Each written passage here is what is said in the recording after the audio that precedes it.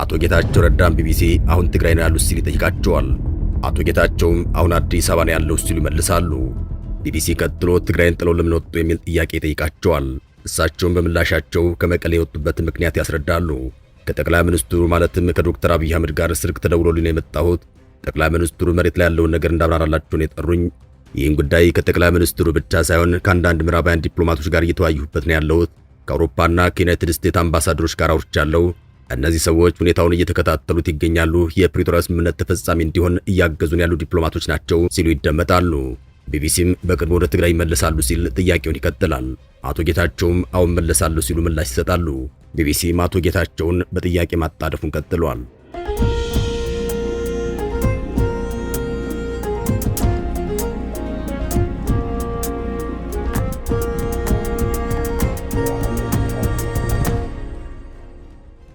መቼ ይመለሳሉ ሲል ይጠይቃቸዋል።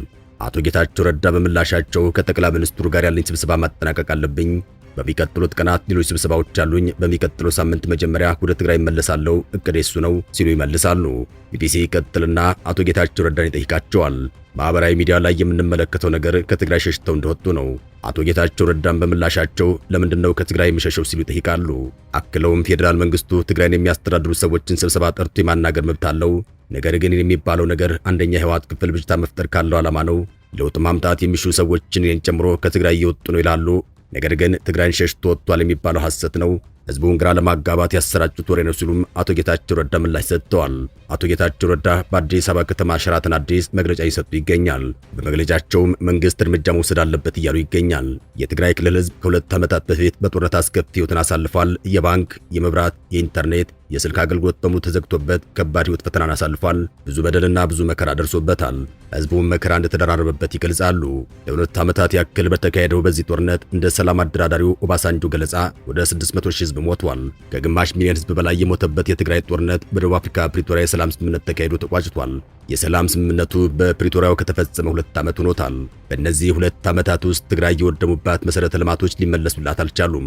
እስካሁን ድረስ የወደሙ ጤና ጣቢያዎች፣ ሆስፒታሎች፣ ትምህርት ቤቶችና ሌሎች መሰረተ ልማቶች አልተገነቡም። ከቤትና ከቀያቸው የተፈናቀሉ ተፈናቃዮች ወደ ቤታቸው አልተመለሱም። ካሳ የሚያስፈልጋቸው እናትና አባቶች በቂ ካሳ አላገኙም።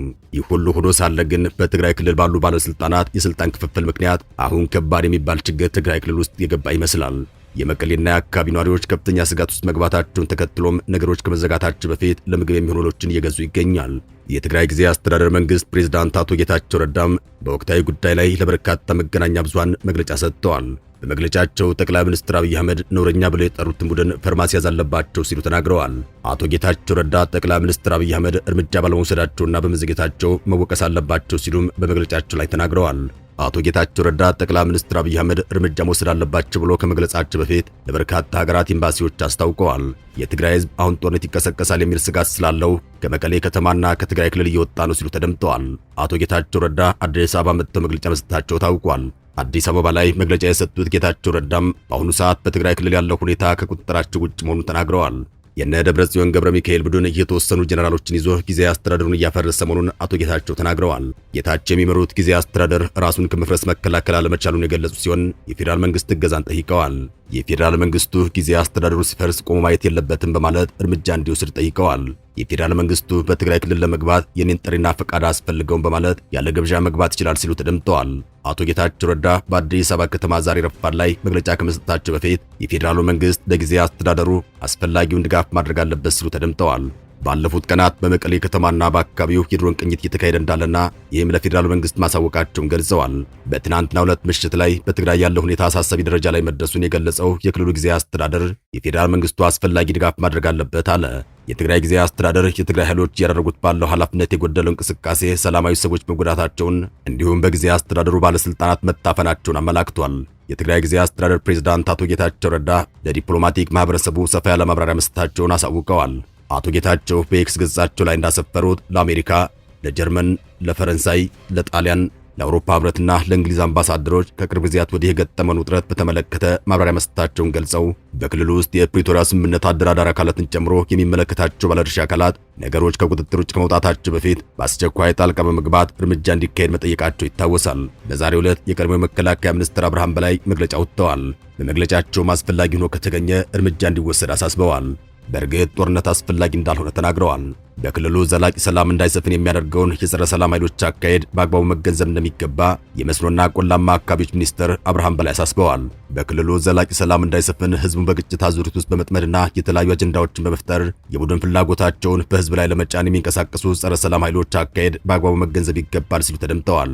ህዝቡ የጸረ ሰላም ኃይሎችን አካሄድ በመረዳቱና እነዚህን ኃይሎች ማስታገስ የሚያስችል አቅም ስላለው ግጭት ይቀሰቀሳል የሚል እምነት የለኝም ያሉት አቶ አብርሃም ህዝባችን ከጉዳት ያልወጣና በከፍተኛ ሐዘን ውስጥ የሚገኝ ማህበረሰብ ነው ሲሉ ተደምጠዋል። የህዝቡ ፍላጎት ከደረሰበት ጉዳት መውጣት መሆኑን አጽንኦት ሰጥተዋል።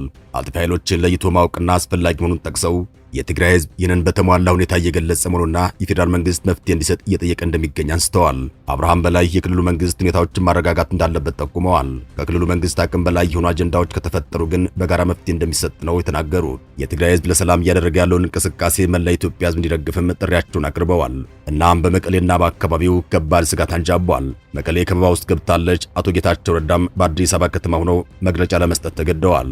ማክሰኞ መጋቢት 2 2017 ዓ.ም ከመቀሌ ከተማ አቅራቢያ በምትገኘው አዲጉደም ከተማ በዶክተር ደብረጽዮን ገብረ ሚካኤል የሚመራውን የህወሓት ክንፍ ይደግፋሉ የተባሉ የትግራይ ኃይል አባላት በንጹሃን ዜጎች ላይ ተኩስ ከፍተው 4 ሰዎች ማቁሰላቸውን ነዋሪዎችና ተጎጂዎች ለቢቢሲ ተናግረዋል።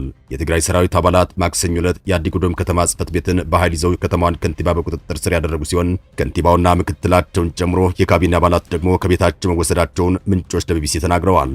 ነዋሪዎቹ እንደገለጹት ማክሰኞ ጀምሮ በርካታ የታጠቁ የሰራዊት አባላት በከተማዋና በሌሎች አካባቢዎች ተሰማርተው ይገኛሉ ሲሉ ተደምጠዋል። ቢቢሲ ትግርኛ ተጎጂዎችን፣ ቤተሰቦቻቸውን፣ ነዋሪዎችንና የደቡብ ምስራቅ ዞን አስተዳደርን አነጋግሮ ማረጋገጥ እንደቻለው የታጠቁ የህወሓት አባላት የአዲጉደም ከተማ ከንቲባ ጽሕፈት ቤትን በመክበብ ከንቲባውንና ካቢኔያቸውን ጨምሮ 7 አመራሮችን በቁጥጥር ስር አውለዋል። የክልሉ ጊዜያዊ አስተዳደር ፕሬዝዳንት አቶ ጌታቸው ረዳ በይፋ ኤክስ ገጻቸው ላይ በአዲጉደም ከተማና በመቀሌ አንዳንድ አካባቢዎች የትግራይ ኃይል አዛዦች በሰላማዊ ሰዎች ላይ በወሰዱት እርምጃ በርካታ ሰዎች መቁሰላቸውን አስፍረዋል። የዓይን እማኞች ለቢቢሲ እንደገለጹት ማክሰኞ ዕለት በአዲጉደም ከተማና አካባቢ በሚገኘው የከንቲባ ጽሕፈት ቤት ነዋሪዎች ተሰብስበው የነበረ ሲሆን ታጣቂዎቹ ህዝቡን ለመበተን ተኩስ ከፍተዋል። አረና ትግራይ፣ የትግራይ ነጻነት ፓርቲና ባይቶና የትግራይ ጊዜያዊ አስተዳደር መዋቅሮች በማፍረስ በመፈንቅለ መንግስት ስልጣን ለመንጠቅ የሚደረገው እንቅስቃሴ ከኤርትራ መንግስት ጋር በመናበብ የሚፈጸም ነው በማለት በጋራ ባወጡት መግለጫ በእነ ደብረጽዮን ገብረ ሚካኤል የሚመራውን የህወሓት ቡድን ከሰዋል። ፓርቲዎቹ የኤርትራ መንግስት ጣልቃ ገብነትና የሌሎች የውጭ ኃይሎችን አፍራሽ ሚና ለማክሸፍ አፋጣኝ እርምጃ መውሰድ ያስፈልጋል ሲሉ ተደምጠዋል። ዓለም አቀፉ ማህበረሰብን ጨምሮ የፕሪቶሪያን የግጭት ማስቆም ስምምነት አፈራራሚዎች በአስቸኳይ ጣልቃ እንዲገቡ ፓርቲዎቹ ጠይቀዋል። በክልሉ የተባባሰ ሁኔታ እንዳይፈጠርና ቀጠናዊ ቀውስ እንዳይነግስ የህግ የበላይነት መከበር እንዳለበትም ፓርቲዎቹ አሳስበዋል።